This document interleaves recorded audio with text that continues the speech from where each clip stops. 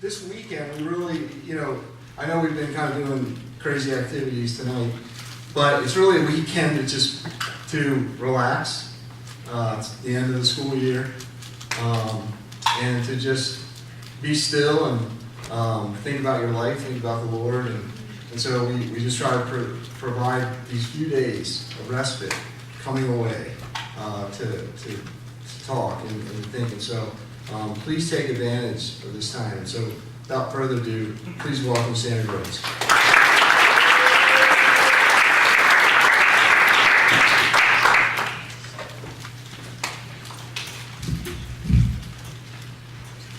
Cool. Is this, Daniel, is this okay if I use this? Oh yeah, great. Okay, cool. Sounds good. Well, hey, my name is Sammy Rhodes. It's good to be back. And actually, Chris, part of why it's good to be back is, this is going to sound bad, but my family couldn't come. My kids are in school, and I am a deep introvert. And so I've had some beautiful, like a little mini introvert vacation on my way here. Stopped in Richmond last night.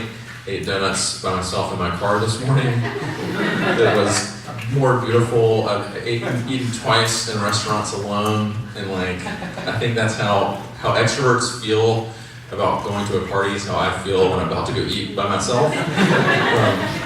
So thank you for that. It's already been a gift. What I want to do in our time this weekend is talk about justification. What is justification? The way that I like to say it with my students in South Carolina is justification is not what you must do to make yourself right with God.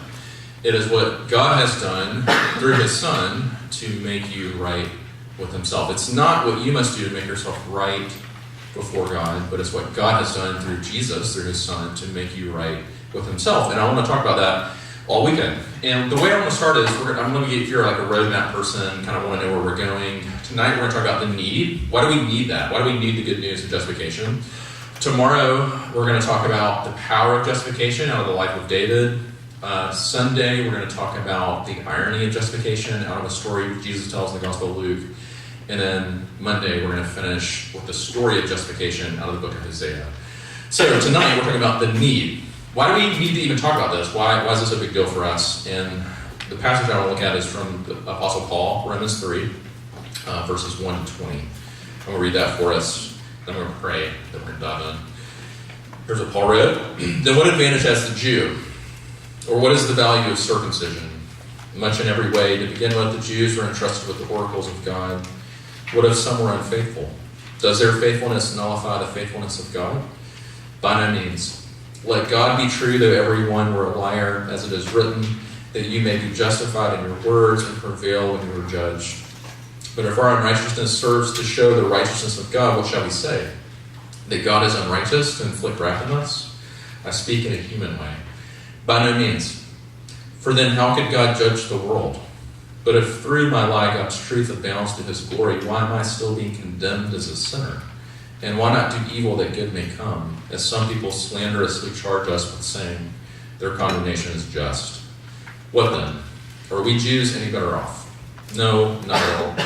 For we have already charged that all, both Jews and Greeks, are under sin. As it is written, none is righteous, no, not one. No one understands, no one seeks for God. All have turned aside. Together they have become worthless. No one does good, not even one.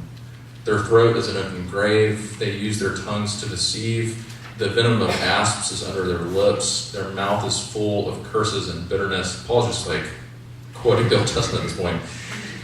Their feet are swift to shed blood, and their paths are ruin and misery, and the way of peace they have not known.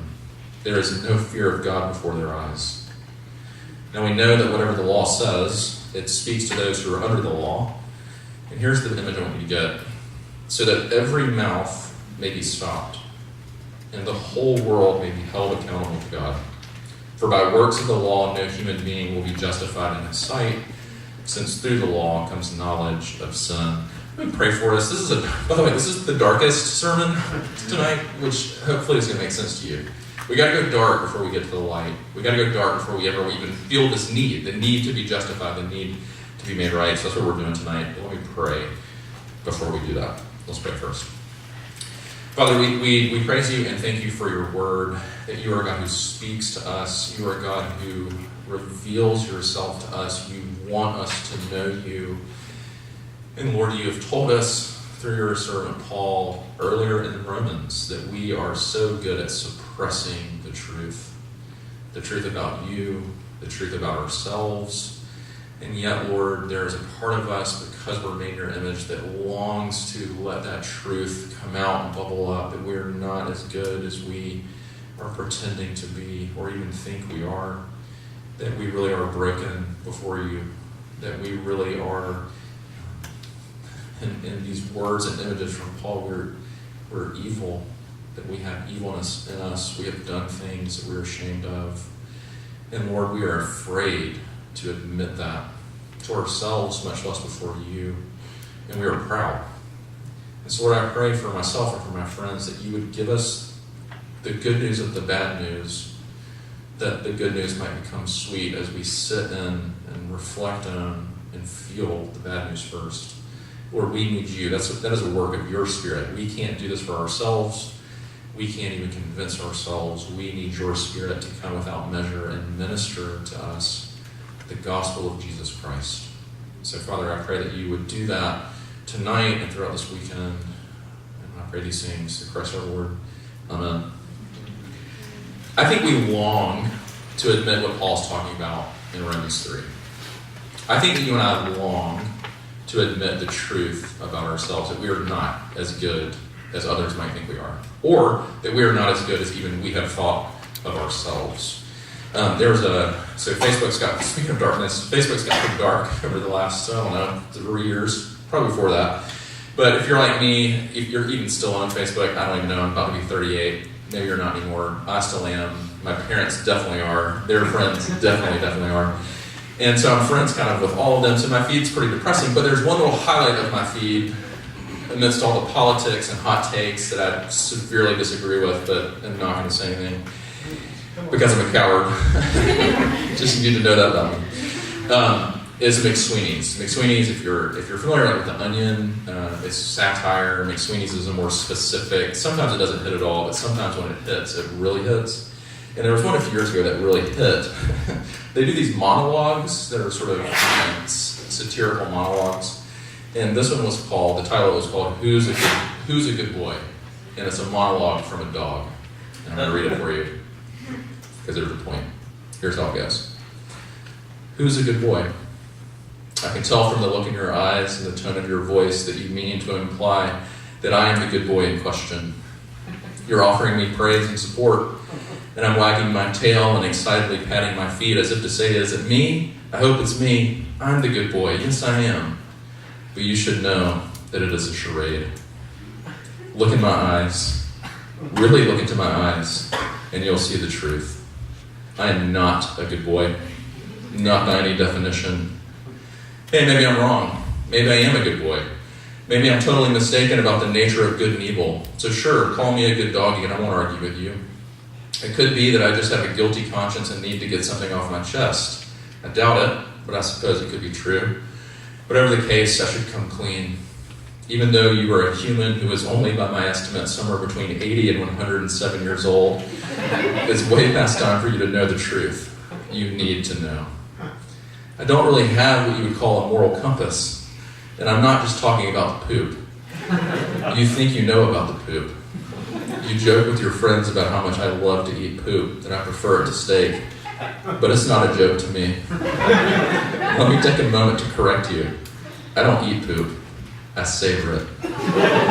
Mine is fine, but the cat's poop is better. Another dog's poop is also acceptable. I don't discriminate. You think you have cured me of my late-night foraging trips into the litter box, but I've only become more stealthy. And I do it now more than ever, silently, joyfully. And then you are all too eager to let me lick your face, to let me kiss your mouth. Ooh, your doggy breath. You need a mint, you exclaim with joy before giving me the green chewy bone, which you believe will solve the problem of my bad breath. But it won't.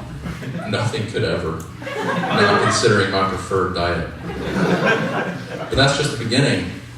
I have done things. Oh, the things I have done. The times I've watched you with your girlfriend, the items around the house I've intentionally marked as mine, and the precious items of yours I have chewed to bits, knowing that I did both of those things not out of boredom, but by design. The small animals in the yard I have pursued and caught, whose lives I have unceremoniously snuffed out, the joy I felt each time as I did it, the shame that followed, and the rising desire to do it all over again. The cycle I can never break, that I never want to break. The doors I have scratched to feel the splinters under the pads of my paws, just to feel alive. The plans I have made while I watched you sleep. Check your browser history. I'll wait. We'll see if you still want to call me a good boy. Or will you maybe want to call the authorities? Or is it possible that you still don't understand what I'm trying to communicate to you? Yeah, that seems to be the case. Doesn't matter how hard I try to come clean, you'll never get the message. There you are, ready to give me some of your breakfast, a piece of buttered toast, the rest of your scrambled eggs, as if I earned it, as if I deserve it, as if I'm not currently plotting your demise. I love this, that was long, but I love this because I think it gets at this idea that we long to come clean. We long for people to know us, to know what's in us. And this is what I think Romans 3 is the invitation of it. Because there's this sense that we're longing to admit our sinfulness. And I think there are really two things I want you to see from Romans 3 that are really important that are going to set us up this weekend. And the first is simply this. You are more broken than you realize. You are more broken, you are more sinful, you are more messed up than you realize or care to admit. What's interesting is Paul in this passage, he envisions a scene in a courtroom. And it's funny because as we look around, the way he kind of has it set up in this passage is as we look around the room, we realize fairly quickly that God is sitting there as the judge. And we look further to see that all of creation really is the jury. And the question is, where is the defendant? Who is it that is in trial? And suddenly we look down at ourselves to see that we are the ones standing in the dock, that we are the defendants, that we are the ones being tried, that we are the ones that evidence has been mounted against us. And all we can do is cover our mouth with our hands. I think about it like this. When's the last time you had a fight with someone, a friend or a parent, someone that you know and love, and then they said something that was so convictingly true about you that it just stopped you in your tracks? I had one of these fights with my wife a few weeks ago where we're doing the thing, we're doing the dance of fighting, or sweet, sweet dance of marriage fighting, and it's building, and finally she said something, not even in anger, but just something kind of calmly that was so true about me that it just stopped me in my tracks, and there was nothing I could say.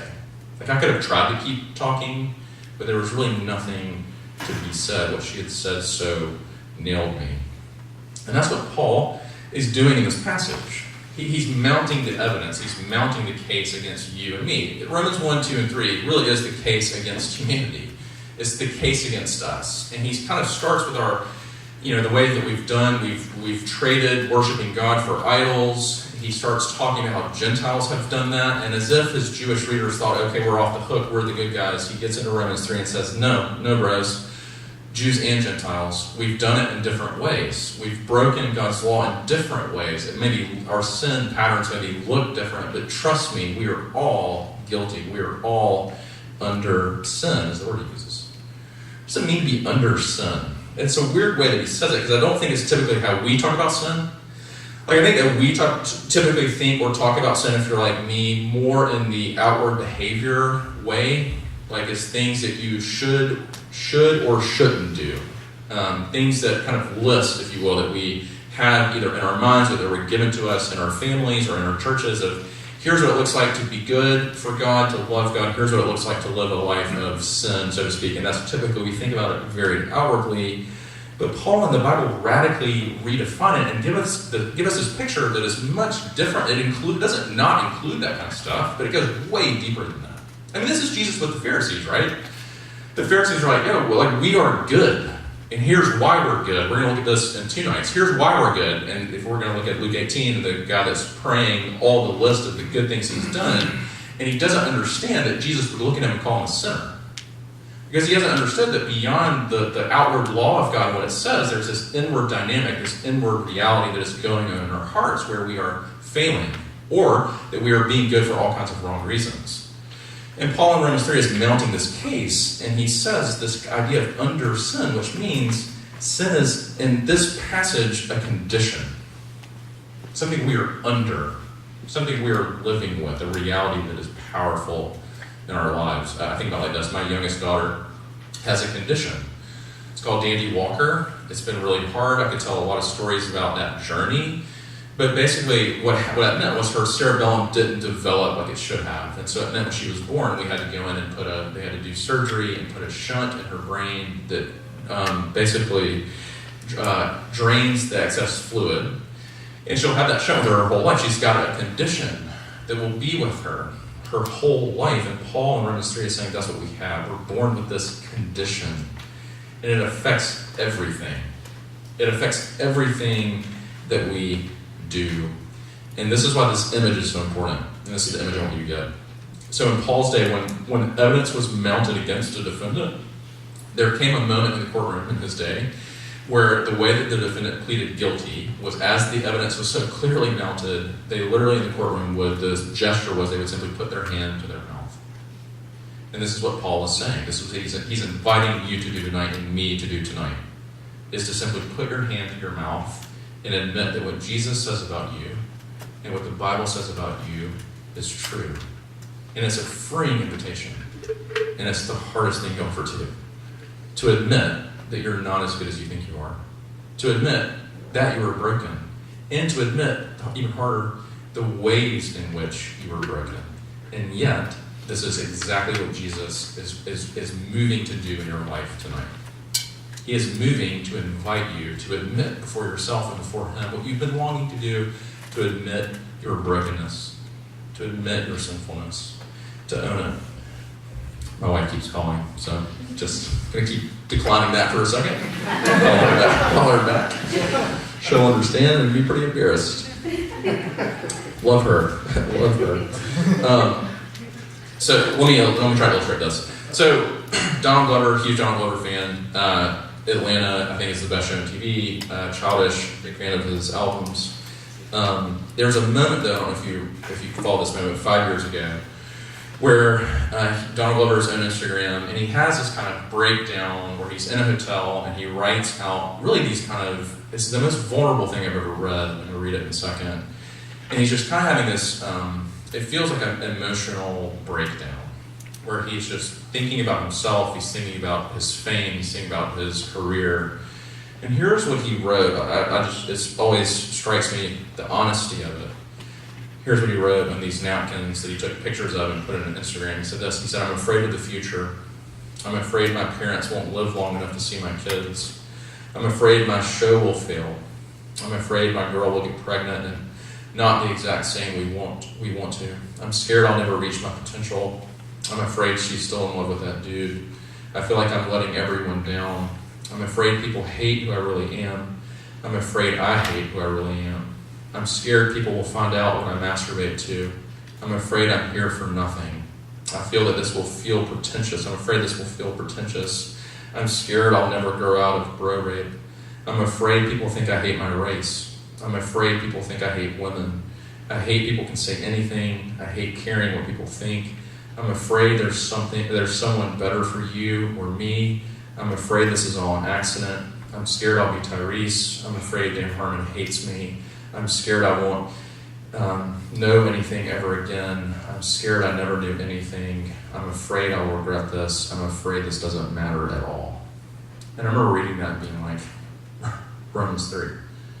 That's what he's doing. He's saying, I'm afraid, in a sense, not just of you knowing me, I'm afraid of knowing me. I'm afraid of seeing the darkness in me. I'm definitely afraid of you seeing it in me. But I'm afraid of seeing it in me. And Paul in Romans 3 is saying you don't need to be afraid. Here's why. You're more broken than you've cared to realize or even known. But there's something better. We get glimpses of it in this passage. And the glimpse that we get is really the beginning of the passage. We're kind of working our way up the passage a little, where Paul says, will my faithlessness, or will my unfaithfulness nullify the faithfulness of God? It's a profound question. He's saying, if this is true about me, do you see what he's saying? Here's the logic. If this is true about me, why would God ever love me? How could God ever love me? Do you see that? If this is really true, that I'm really this messed up, you're really this messed up. When he says no one is good, no one does good, no one loves God.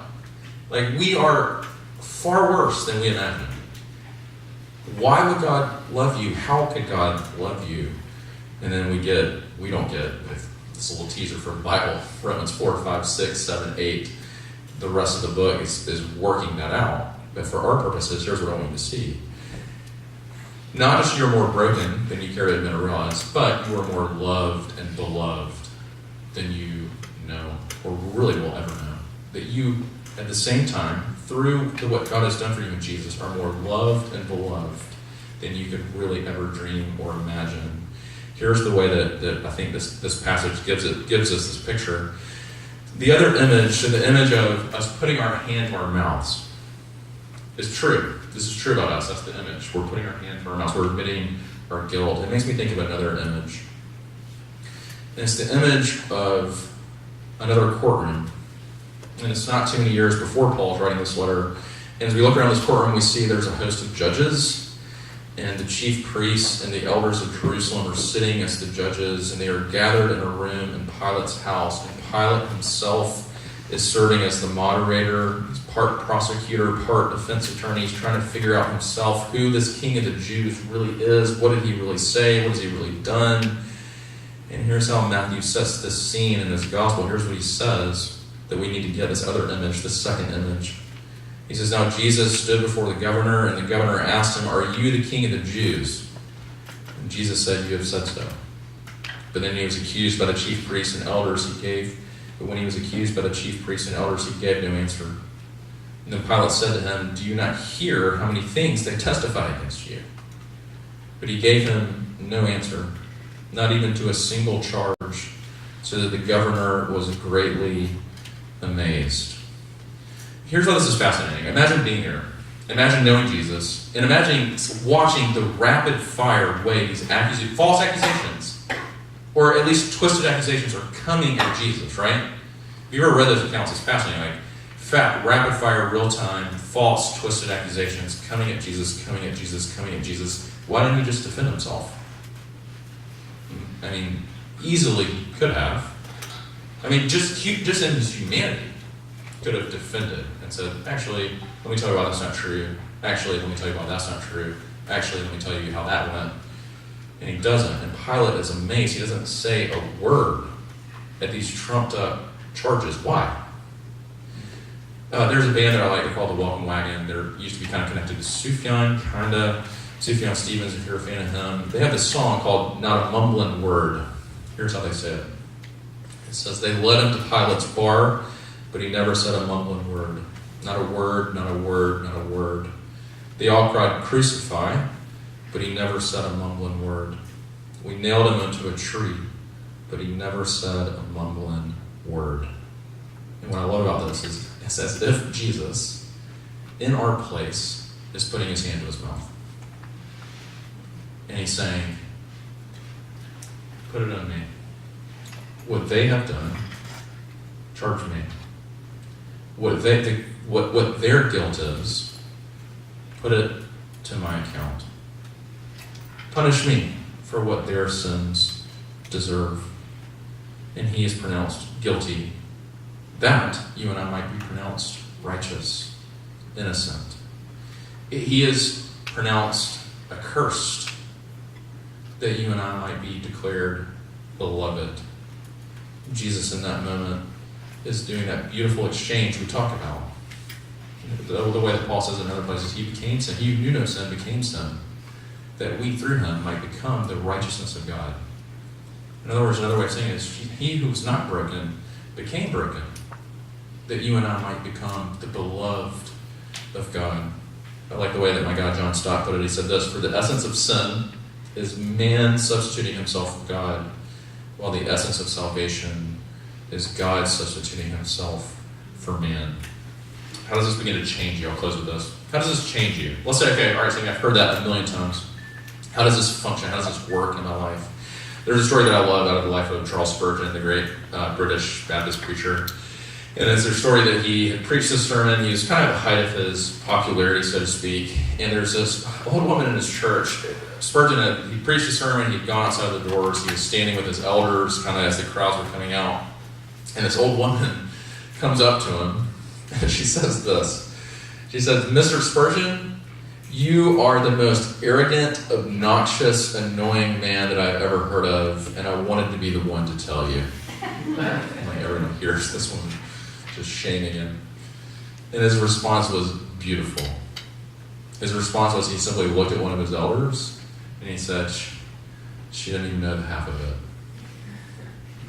She didn't even know the half of it." How do you get that sort of humble boldness? This. Spurgeon knew his brokenness, and he knew his brokenness was far worse than she knew, and yet at the same time, he knew his belovedness. He knew that Jesus was broken for him, that Jesus had he'd taken his brokenness so that he could admit it freely, because there's therefore no condemnation for us in Christ Jesus. And so he says, she doesn't know the half of it. Good news, bad news. Bad news, you are broken. Good news, God only loves broken people. And he invites you to call yourself his beloved through the work of his son Jesus. Let's pray together. Jesus, we thank you for the gospel. We thank you that this is the way that you love us. We thank you that you are a God who loves broken people like us. And Lord, would you let us find joy in that tonight? Lord, for those of us who maybe have been too afraid or too proud or even just too blind to see or admit our brokenness, would you meet us by your Spirit?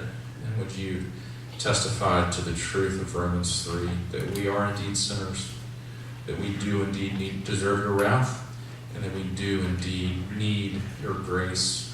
And at the same time, for those of us who are prone to despair, would you lift our despair and would you lift our faces to look at Jesus, to look at the cross and see that that is exactly, Lord Christ, why you came, that you might make broken people your beloved.